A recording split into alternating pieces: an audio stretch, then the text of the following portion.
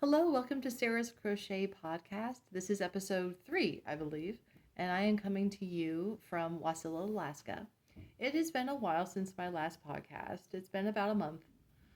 So some of you are going, finally, you're back. And I'm like, yes, I'm back. Life happens, and a lot of life happened in February between getting new cars and new appliances and desperately trying to get through the third quarter in school. It was a very busy week for everybody. But I got tons done. I went through sock mania. I believe I showed you guys quite a few socks in episode 2. And I got them done. And I got them done weeks and weeks ago. And I learned a valuable lesson. When you make stuff for your children, make sure maybe do show people immediately, because your children are going to love them. And what do you know? You're going to have to throw the stuff you made them in the wash at least twice before you showed them on a video. So without further ado, let me show you the many things that I've been doing, because I've done a lot in a month. I look forward to showing you all the goodies. So first we're going to start with socks. If I had done an episode in February, I simply would have called it the one with the socks. The first one I'm going to show you are my Riley socks. And this is done in Denise Morrison's Red Moon. Denise Morrison is a dyer up here. And these, here they are. Now, if they look a little big, there's a story. When I finished them, I tried them on, and they fit well. They fit well enough. They didn't fall down. The cuff stayed up, but they were a little loose. And I thought, I wonder if I could put them in the washing machine and they will, tighten up a bit. For those of you who are experienced, you're probably going, oh no, no, no. But yeah, I did. And that's how you learn things. And I found out, even though it's wool is supposed to, it can definitely shrink a little bit. And this is superwash. This is a superwash wool. It's meant to go in the washing machine. Cool, I did a cool, I cleaned them the way you should. The stitches opened up and they actually got a little longer. So I put them through the dryer, kept trying to get them to shrink, and they didn't. So I kept them. I don't have the heart to, I was told you should sell them to someone who has a size 11 foot or something, because they definitely are loose. But I just couldn't part with them because I enjoyed making them. I enjoyed the construction of, just making them. And the yarn looks beautiful. And I don't wear them as house socks even. I actually do wear these if I'm wearing my winter boots. These are great inside my winter boots. And they wash up really great.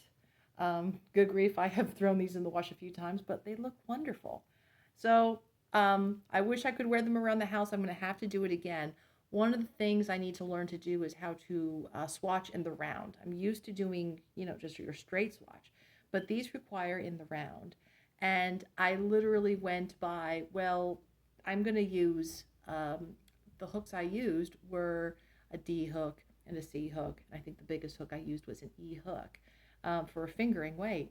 And I think I might try and do it again, just in a C hook, and go as small as I can get and see if I'll do better next time. But here are my Riley socks. Now, after I made these, I went, let's try the Saunders pattern, which is basically, it's the same stitch pattern, but in a plumped DK or a worsted weight. And so the first ones that I made were my socks.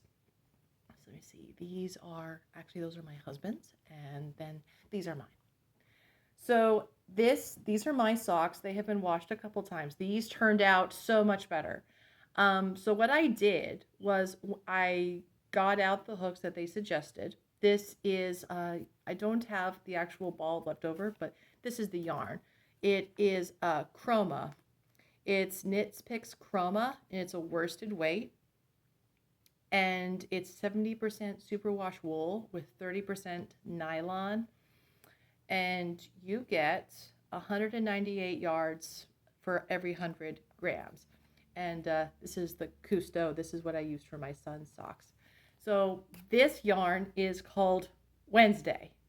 And these are, so Riley is these, and these are the Saunders. And it's the exact same stitch pattern. These have also been washed a couple times.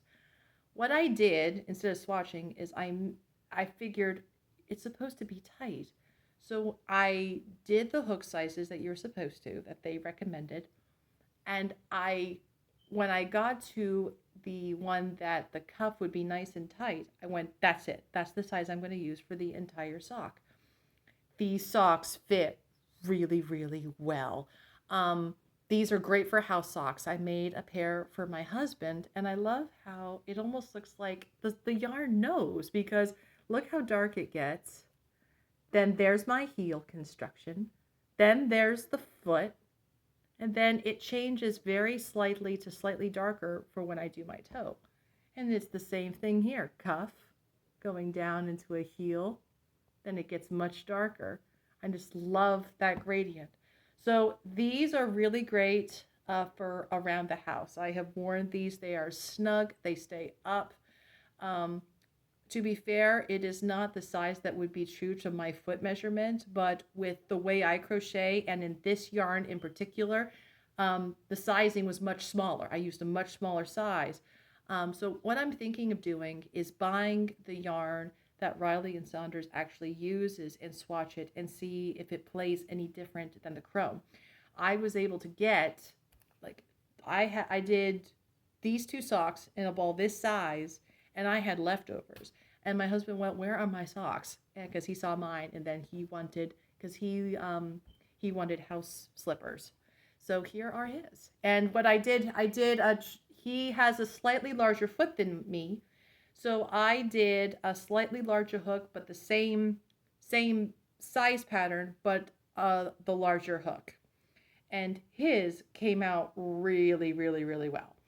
And I need to set his house socks by his chair for him, because he just wants to come home, put on his house socks, and enjoy them. And they feel very good on the feet. If you walk around in them, then they're going to felt. There's no way around it. But I know he's not going to be walking a lot in these. But they turned out great. I love how the yarn changes color. It's almost like it knows. I love how it changes through the foot. It's just lovely. Then my son got his, because once I knew what I was doing, these work up in chrome very fast. And I bet if you use another worsted or a plump DK, these work up incredibly quick. When you actually, can not get diverted by other projects, very fast projects. Now my sons, I gotta apologize in advance. They have been washed, they have been worn, they have been loved, but that's when you know you've done it right. Here are my sons in Cousteau. I need to wash them again, but this is my son's size. And he will wear them around the house. He will wear them, outside in a boot, and he loves the ever-loving daylights out of these. And I still have a leftover ball. So I've learned a lot about this yarn. I mean, this yarn will felt up. So I think what I'll do is I'll definitely make a pair for my daughter. But I think the leftover balls, I think I'll make them into hats for them. This is a nice yarn. It's very nice and soft.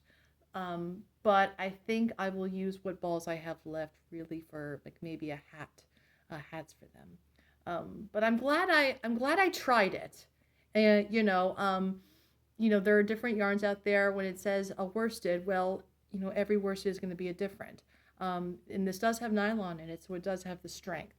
But he loves these, and as worn as they look, he loves them. He loves them very much, and he's worn them a ton. So those are my 4 pairs of socks that I have crocheted in the last month. Now my other finished objects, it's weird because they're finished, but they're not finished. And these are the cowls, the crochet alongs that I have been doing. Now we have Multivalence's clue number 3 from Expression Fiber Arts has just released today. I have downloaded clue 3. If you like to crochet and you want a project that you can do a little bit of a time, and know that you'll have a project done by the end of the year, this is something I would suggest. Go over to Expression Fiber Arts and get the clues for 1 through 3.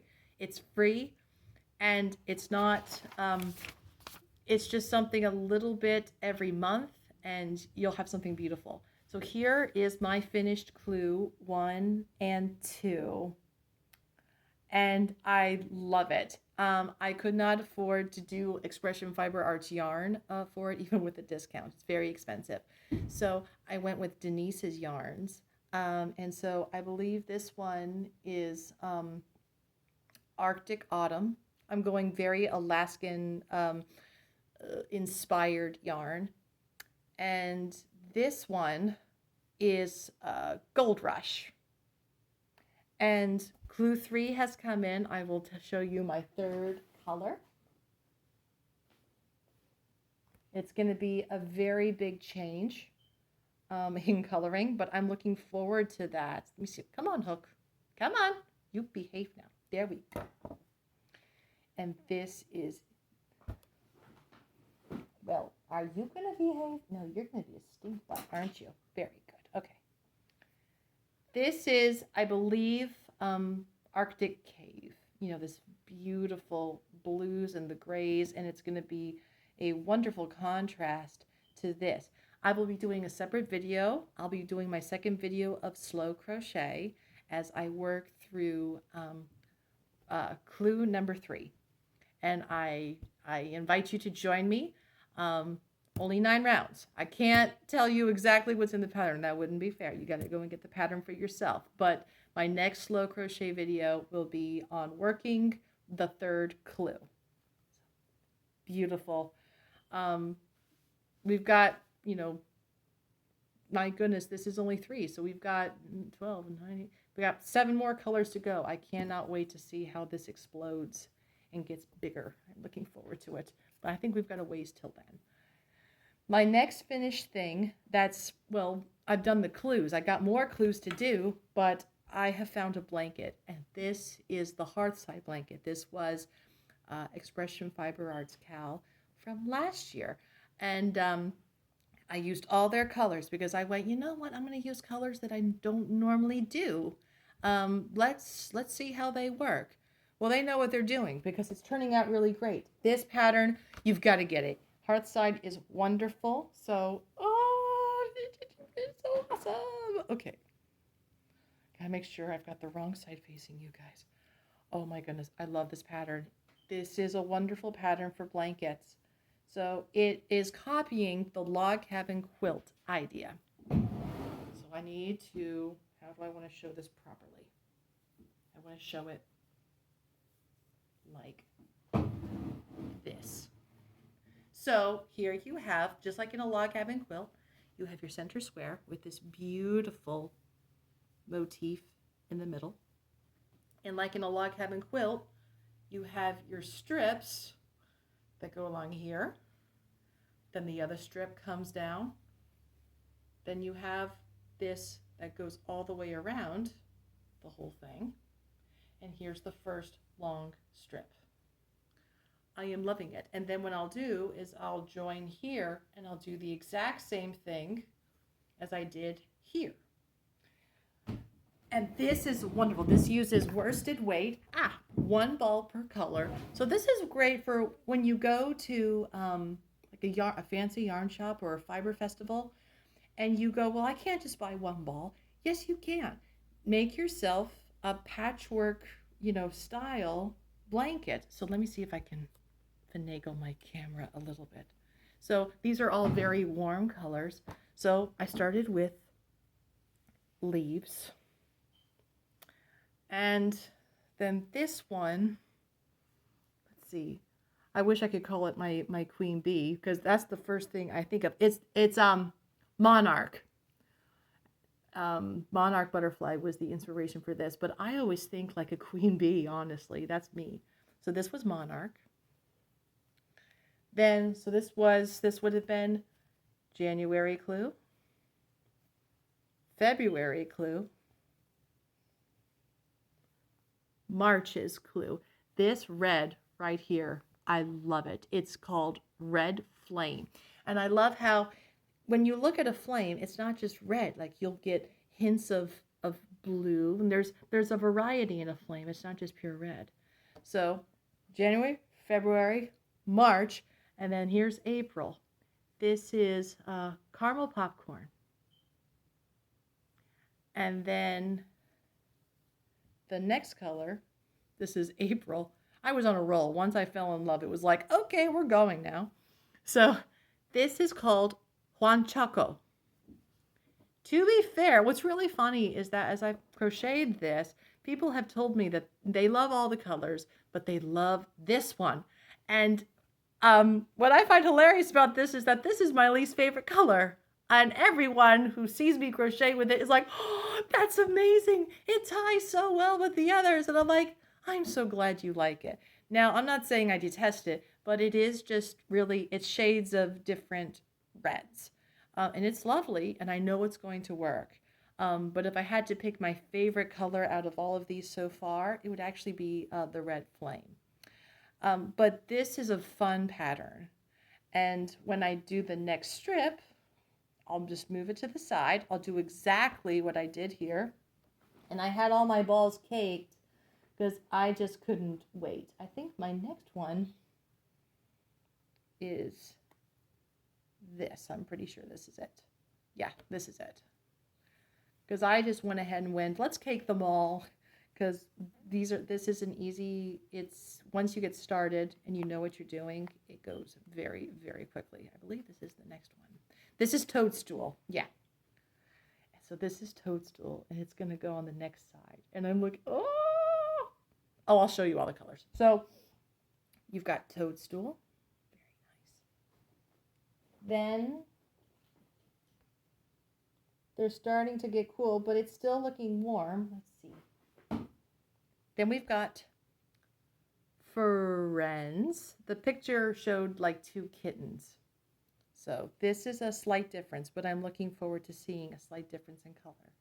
So Toadstool, then Friends is going to be used, followed out by a Siberian tiger, which has blues, but also some gold in it.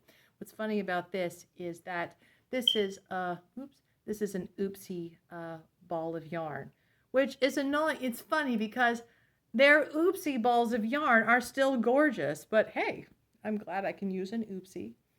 So those are the colors I'll be using up next in my Hearthside blanket.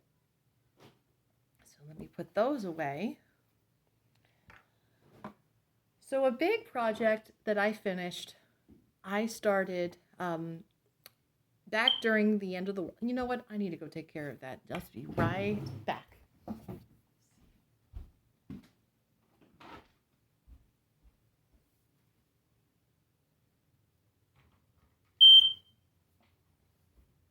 Good. That'll hold it for, well, however long I need for it to hold. So in 2020, I worked at Joann's, and this woman came in and she bought 1 ball of yarn. And I went, oh, are you finishing or starting a project? And she said, well, I am working. It's for my temperature blanket.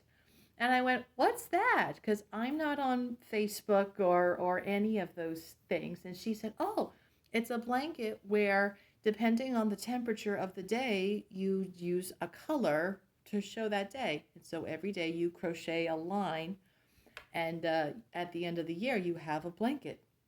And I went, well, that's really interesting. And so she directed me, I believe she directed me to Instagram. I told her no Facebook, but she told me Instagram, I could find everything I needed. Well, I looked on Instagram because I was very intrigued of the idea of doing a temperature blanket.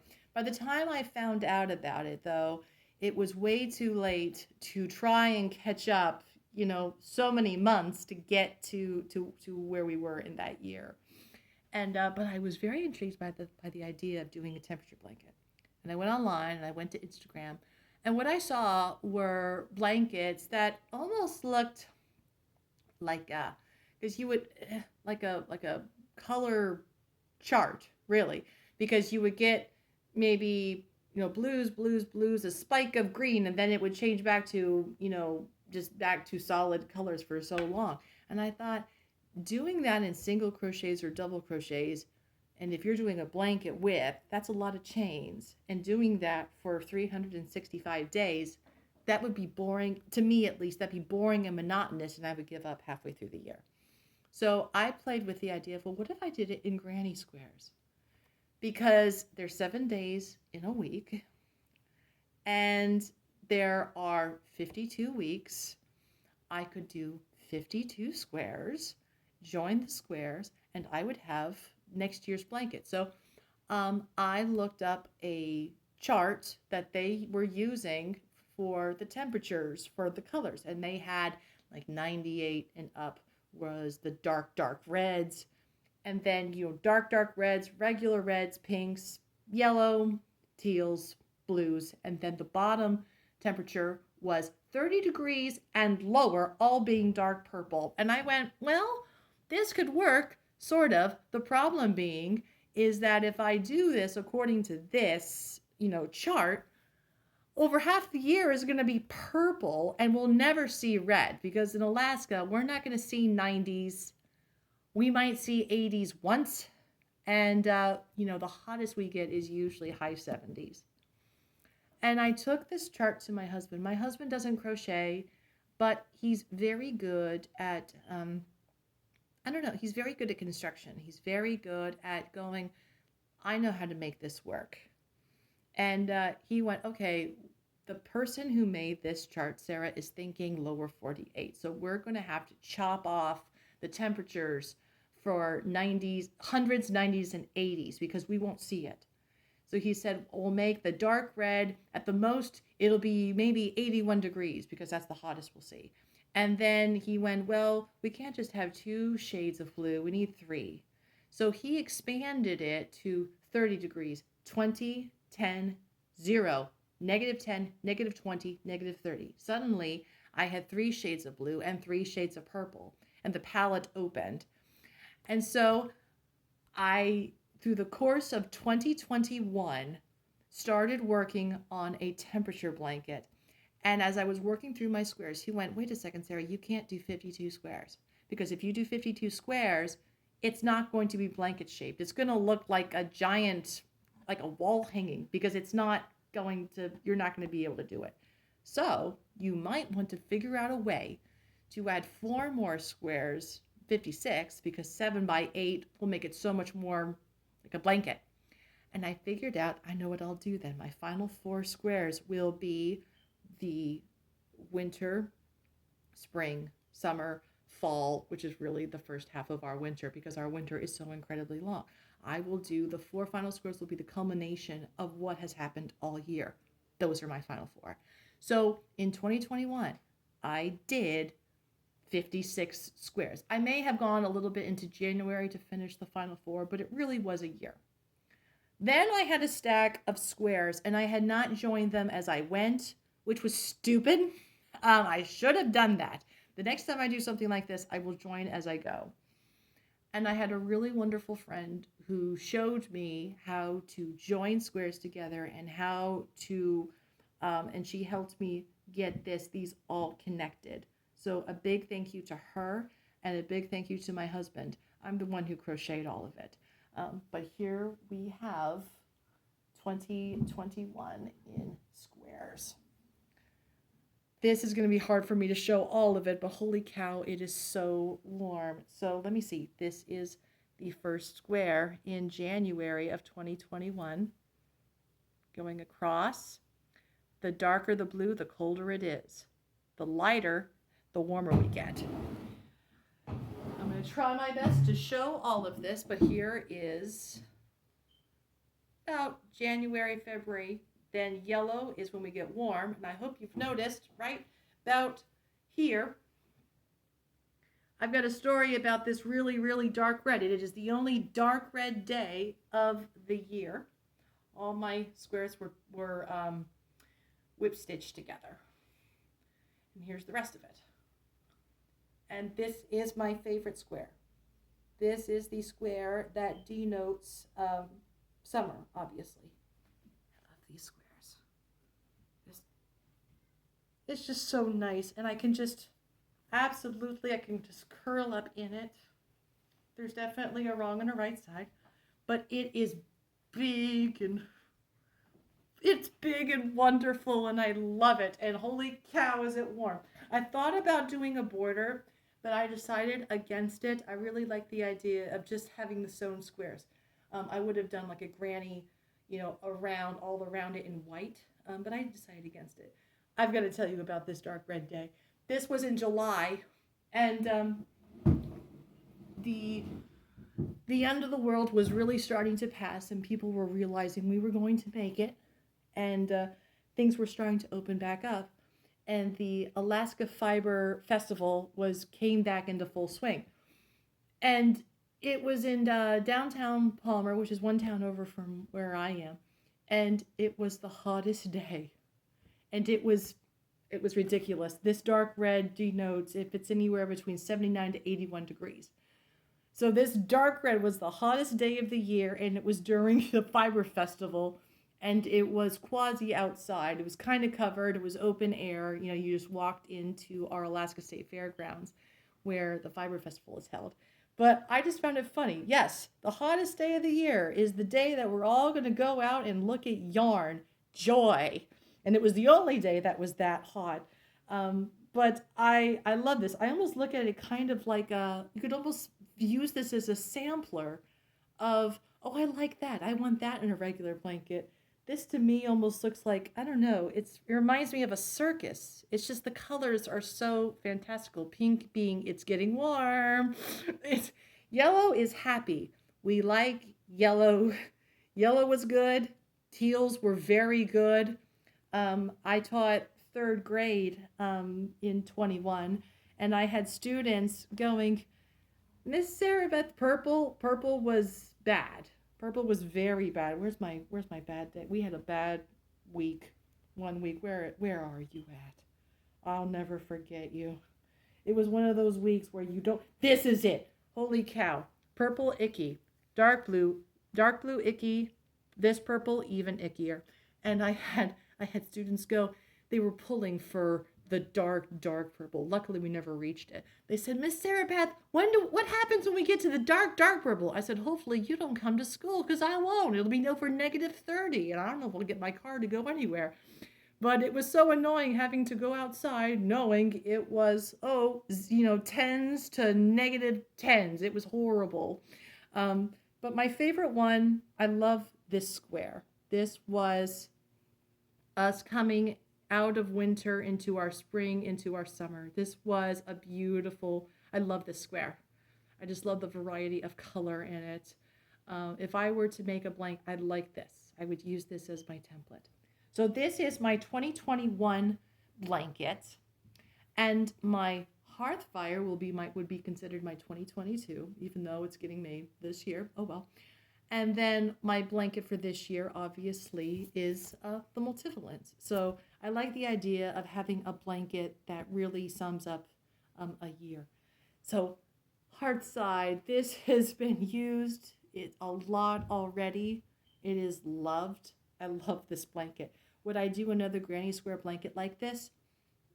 Probably not. I'm glad I did it. It's a nice way to know that you've crocheted a little bit, because at most you just have to crochet the 7th round, and that's not that bad. But here is my wonderful 2021 weather blanket. I think I might enter this into the fair. Not sure. It'll be this or hearth side, so I'll just put this right here. Now things I'm working on, apart from my cows. I've got one major project that I am working on, and that's it. Because St. Patrick's Day is coming up. I look forward to possibly doing a special podcast for St. Patrick's. I am Irish. I'm very proud of my Irish heritage. And a lot of people get St. Patrick's Day confused. I'm glad they are the land of 1,000 welcomes. They welcome anyone to celebrate St. Patrick's Day. But it's very commercialized. People think of the leprechauns, and they think of the pot at the end of the rainbow. And they really don't know the significance of what what Patrick did for Ireland. More on that later, because that'll be my St. Patrick's Day podcast. But this I started making a few years ago, and I decided I need to finish it. I've done St. Patrick's Day hats in the past, but this is my cape for Ireland. And it is very nice and warm. and I need you to just finish the bottom, but this is going to be lovely. I look forward to seeing you soon, and I look forward to talking to you later. You have a wonderful day. Bye-bye.